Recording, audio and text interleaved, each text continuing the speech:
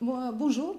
Aujourd'hui, on présente les séries d'interviews, un marathon un peu particulier pour la programmation spéciale qui s'appelle les saisons parisiennes à Saint-Pétersbourg sur Kino TV. C'est un programme qui est entièrement dédié au court-métrage français qu'on va présenter à Saint-Pétersbourg. Et donc, nous sommes très heureux de vous montrer ce qu'ils pensent les réalisateurs de leurs films, ce qu'ils pensent d'exprimer ce qu'ils veulent vous raconter par leurs sincères histoires qui sont très fraîches, très modernes, très contemporaines, certaines qui font une évocation vers le passé, d'autres parlent de la vie d'aujourd'hui, mais en même temps, ce sont des histoires qui nous touchent profondément. Donc, ces films ont été présentés pendant le festival Les Saisons Parisiennes à Saint-Pétersbourg pendant les années 2012, 2013 et 2014. Et ces films ont été appréciés par le public russe et primés par le jury prestigieux du festival. Donc aujourd'hui, je vous présente Mathilde Bell, qui est réalisatrice de film Chambre du Nord. Donc Mathilde va nous raconter un peu, parler un peu de son film. Mathilde, bonjour. Bonjour. Et donc, vous évoquez un peu dans votre parcours que vous avez fait du violon, vous avez fait de la musique et vous avez fait de la littérature. Oui. Et donc, je sens qu'on a cette influence dans votre film de ces deux domaines. Comment vous gérez, comment vous l'intégrez dans votre film, ces deux domaines qui sont assez complémentaires. Complémentaires, mais en fait, c'est parce que c'est ni l'un ni l'autre qui a été le point de départ. En fait, le point de départ, c'était de filmer une maison.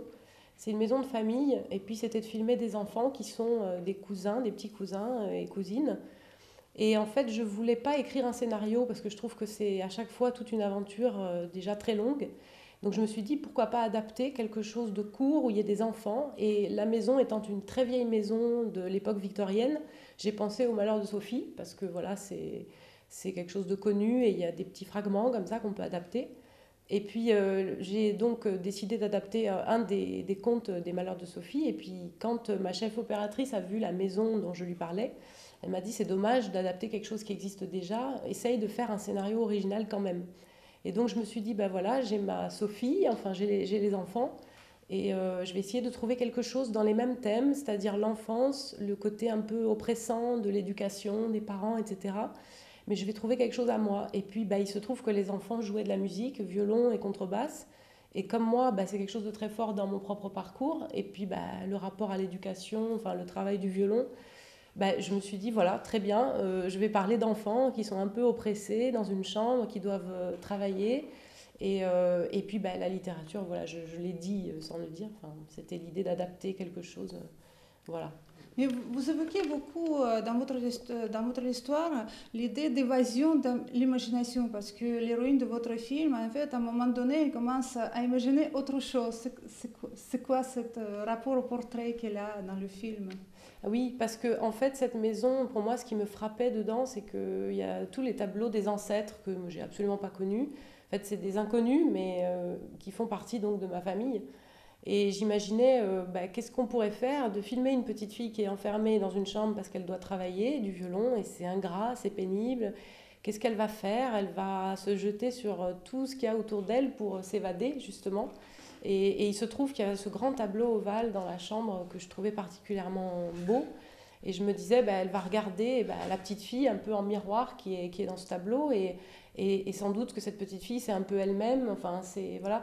Et j'ai décidé de donner un rôle à ce tableau. Donc je l'ai truqué pour que on puisse voir apparaître pendant la nuit le personnage du tableau. Donc j'ai retouché le tableau pour que ce soit une autre petite cousine qui soit dedans. Voilà. Mais est-ce que cette histoire, pour vous, peut être intéressante justement au public d'aujourd'hui? Qu'est-ce que vous voulez adresser comme message, ou peut-être une idée, ou peut-être une sensation par ce film aux jeunes gens, aux gens de tous les âges d'aujourd'hui? Alors, c'est vrai que tout le monde ne le comprend pas forcément. Le film, d'abord, c'est pas ce que j'ai fait de plus abouti, c'est une étape. Je pense quand même avoir mis des choses, moi, qui me plaisent dedans, même si, voilà, c'est pas facile à saisir.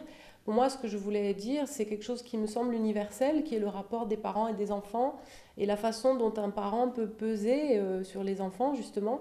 Et en l'occurrence, il y a une mère, une sorte de marâtre, je me rapprochais un peu des contes de fées avec l'idée de parents un peu caricaturaux, enfin de la marâtre et le père qui est un peu absent, lointain, qui revient sur son cheval, etc. Et donc je voulais dire par là que pour que l'harmonie se produise, il fallait à un moment donné que les parents soient entre eux et les enfants entre eux, quoi. Il y avait quelque chose où il ne fallait pas que le parent essaye de peser, de vivre par procuration finalement à travers les enfants. Et ça, je pense que c'est quelque chose qui est tout à fait actuel, même si là il y a des crinolines et des... Voilà. Mais c'est vrai, votre film est très, très poétique. On ressent vraiment très bien ce manoir, cette atmosphère de la maison omniprésente et très solitaire. En fait, on sent la solitude des enfants dans cette maison et qui commence... qui commence à fleurir vers la fin du film quand vous dites que l'enfance quand même elle reprend le dessus. Et donc, et est-ce que vous dites à un moment donné que les courts-métrages ils ont plus de liberté et ils ont plus de liberté parce qu'ils n'ont pas de contraintes financières. Ouais. Est-ce que la liberté ne rime pas forcément avec les contraintes financières ou qu'est-ce que vous entendez là? Ouais, non, ce que je voulais dire, je pense, c'est qu'un court-métrage, on a déjà une énorme pression en général, je pense, enfin dans certains, parce que c'est les premières œuvres et que moi personnellement j'ai très peur, le tournage, et je ne pense pas être la seule.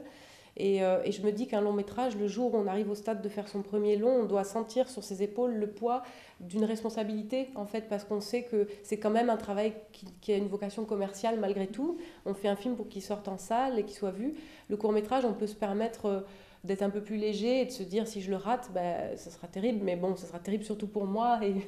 Et voilà, il n'y aura pas de grosses retombées. C'est ça que je voulais dire, en fait. Donc ça permet un peu peut-être plus de fantaisie et de se dire si j'ai envie que ce soit très lent et très ennuyeux, ça sera comme ça. Enfin, voilà. D'accord. Merci beaucoup Mathilde. Et merci de m'avoir permis de montrer le film.